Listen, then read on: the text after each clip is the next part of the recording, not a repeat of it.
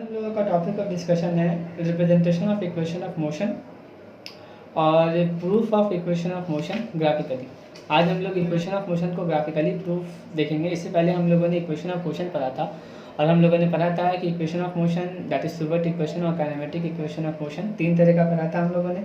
उसमें पहले हम लोगों के पास था वेलोसिटी टाइम रिलेशन, जिसको हम लोग v is equal to u plus a t, first equation of motion. Second equation of motion s is equal to u t plus half h square and third equation of motion v square is equal to u square plus 2as। और पिछले class में हम लोगों ने पीछे से video lecture में हम लोगों ने ग्राफिकल रिप्रेजेंटेशन पढ़ा कि मोशन को, स्ट्रेट लाइन के मोशन को यानी लीनियर मोशन को ग्राफिकली रिप्रेजेंट कैसे करते हैं। उसमें हम लोगों ने सबसे पहला डिस्प्लेसमेंट टाइम ग्राफ पढ़ा और फिर हम लोगों ने वेलोसिटी टाइम ग्राफ पढ़ा। तो उसको पढ़ने के बाद हम लोगों के पास एक दूसरा टॉपिक आता है जिसमें है आपको प्रूफ करना है इक्वेशन ऑफ मोशन को, but not algebraically, with the help of graph. Graphically आपको इक्वेशन ऑफ मोशन प्रूव करना है। तो हम लोग का आज जो टॉपिक है वो है graphical representation of equation of motion. तो यहाँ पर मैंने कंसिडर किया है एक velocity time graph, velocity time graph, इसको आप स्पीड टाइम ग्राफ भी कह सकते हो, both are equally same. Velocity time graph, velocity y axis पे मैंने रखा है एज यूजुअल और टाइम को एक्स एक्सिस पे रखा है। और आपके पास एक पार्टिकल है जो पार्टिकल कांस्टेंट स्पीड से चल रहा है and particle is not start from origin but it has started from a point A. It means that the velocity is not passing, that the particle is moving not from rest but it is moving with some velocity and in time t it has changed its velocity. तो यहाँ पर A B जो आपको दिख रहा है ये A B graph है, ये ए बी आपका वेलोसिटी टाइम ग्राफ है एक पार्टिकल का जो एक कांस्टेंट एक्सीलरेशन, यूनिफॉर्म एक्सीलरेशन से ए से मूव करता है। हम एज्यूम कर लेंगे यहाँ पर कि पार्टिकल जो है वो ए पॉइंट से स्टार्ट किया है मूव करना, और जब ये ए पॉइंट से स्टार्ट किया है तो जो ऑब्जर्वर है जो इसके स्पीड को कैलकुलेट कर रहा है या इसके मोशन को ऑब्जर्व कर रहा है, इसने जब इस पार्टिकल को देखा तो इसने काउंट करना टाइम स्टार्ट किया, और जब इसने इस पार्टिकल को देखा तो द पार्टिकल रेस्ट में नहीं था, it is already moving with some speed u, some velocity u। तो यहाँ से ओरिजिन से ना स्टार्ट होकर ए पॉइंट से स्टार्ट हो रहा है, it means the particle have some initial velocity and this o is that initial velocity of the particle. और प्रीवियस सेक्शन में जो हमने पढ़े थे उसमें इनिशियल वेलोसिटी 0 था।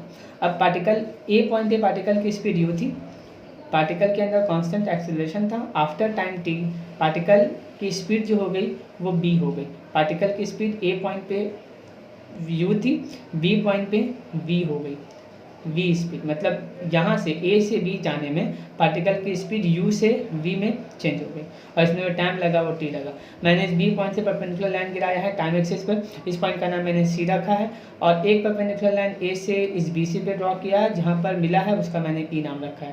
अब अगर आप देखोगे तो ये oa जो है ये इनिशियल वेलोसिटी है, तो जितना ये oa होगा उतना ये ec होगा।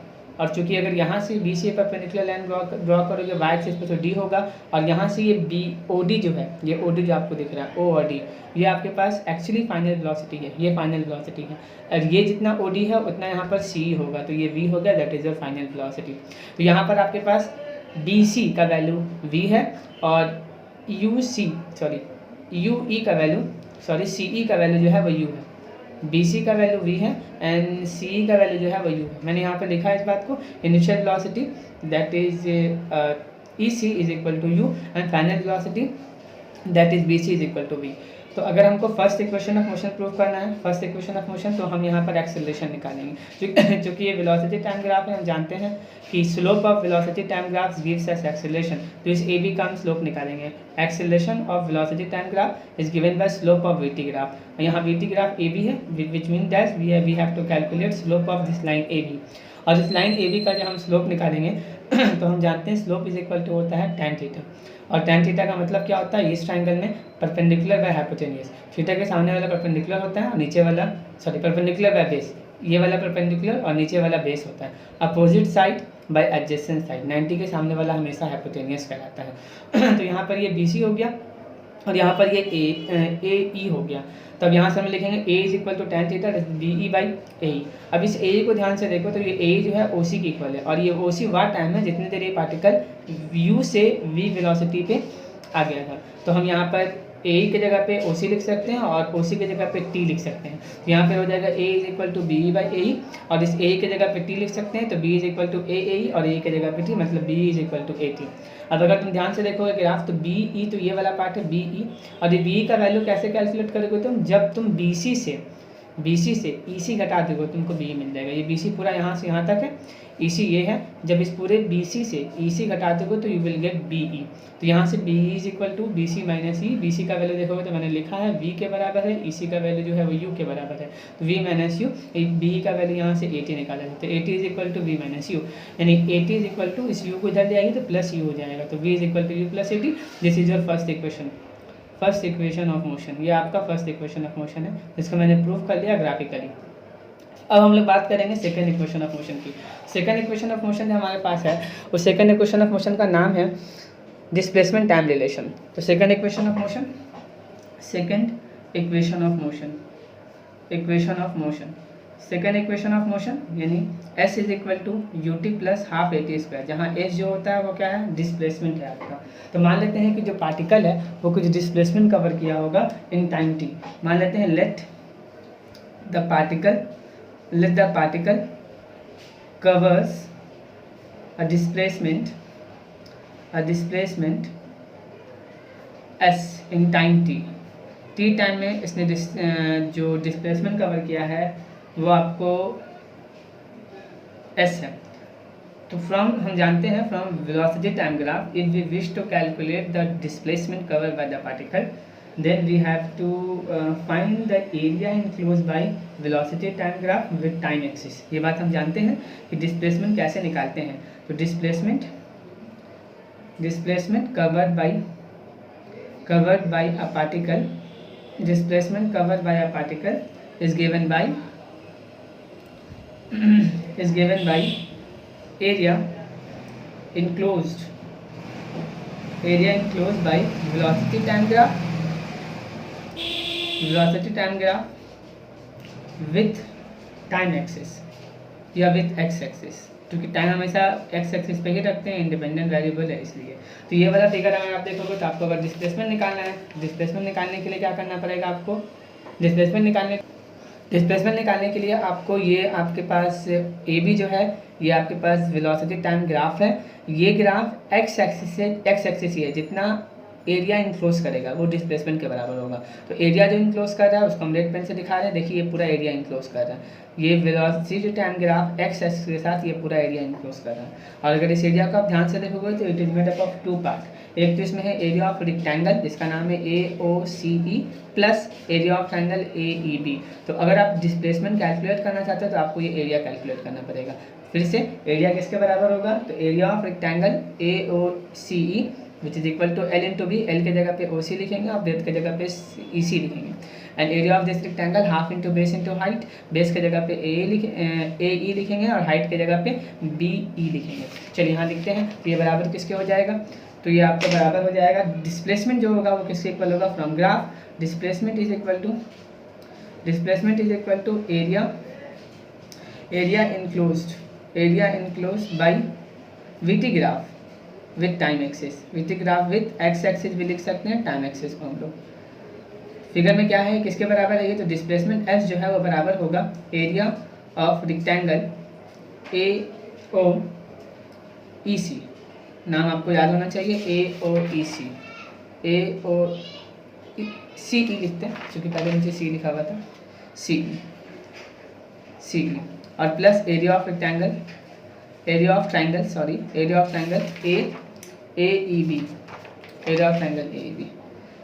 AEB।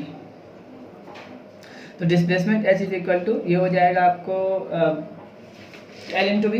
तो लेंथ का वैल्यू आपको हो गया OC और ब्रेथ का वैल्यू हो गया आपको EC, ये CE, plus area of rectangle half into base into height. तो बेस की जगह पे आप लिखेंगे AE और हाइट की जगह आप लिखेंगे BE। तो आपको याद है तो OC का वैल्यू किसके बराबर था, तो ये तो टाइम के बराबर था, तो ये t हो जाएगा। और C को देखेंगे तो इनिशियल वेलोसिटी u के बराबर था, प्लस हाफ इंटू A को देखेंगे तो A टाइम था। और अगर B को आप ध्यान से देखेंगे तो B हम लोगों ने कैलकुलेट किया था, यहाँ पर देखिए B कैलकुलेट किया है। B is equal to what, B is equal to 80 from equation 1 we have already calculated B is equal to 80। तो यहाँ B के जगह पे हम 80 लिखेंगे, B is equal to 80, और यहाँ लिख लेंगे from equation 1, from equation 1 we have put from equation 1। तो यहाँ हो गया आपके पास S is equal to this is ut plus half 80 square, 80 into 80 80 square. This is your second equation of motion, second equation of motion, second equation of motion.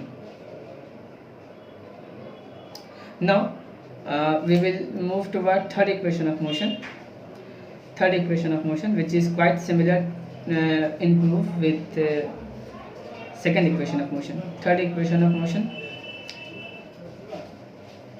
third equation of motion, v square is equal to u square plus 2s। this equation is independent of time।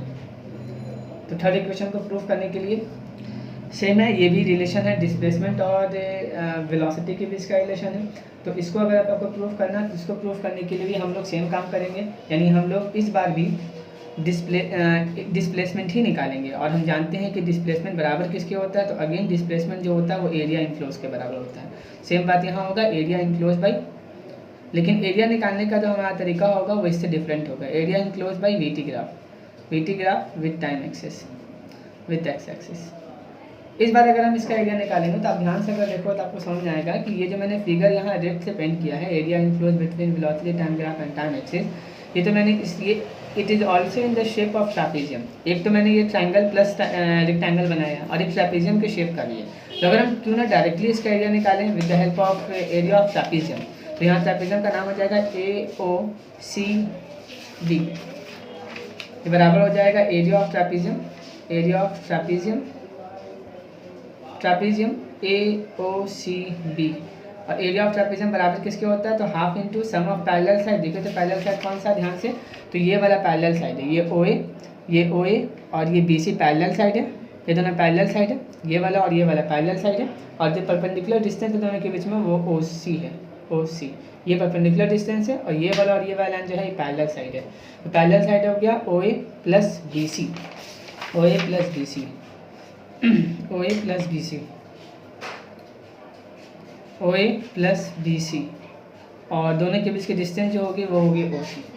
अब अगर इसको हम लोग calculate करें तो calculate कर सकते हैं, हाफ इंटू यहाँ ध्यान देंगे तो OA का वैल्यू किसके बराबर है, तो U के बराबर है, और प्लस BC का वैल्यू किसके बराबर है, तो BC यहाँ से देखें आप ग्राफ में BC किसके इक्वल है, तो BC जो है वो V के इक्वल है। तो यहाँ हम लोग V लिखते हैं, BC की जगह पे V, और इंटू इसके जगह पे टाइम, T की जगह पे टाइम, इसको हम मान लेते हैं इक्वेशन 2।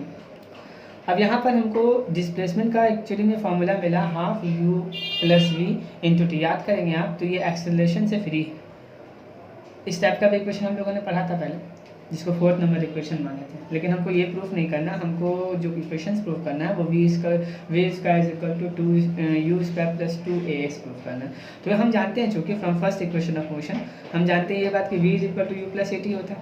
और यहाँ से अगर हम ऐसे लिख सकते हैं v minus u is equal to 80, तो यहाँ से हम t का वैल्यू निकाल सकते हैं, और t इज इक्वल टू हो जाएगा v minus u by a।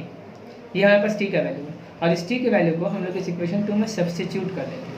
आइए सब्स्टिट्यूट करते हैं, ऑन सब्स्टिट्यूटिंग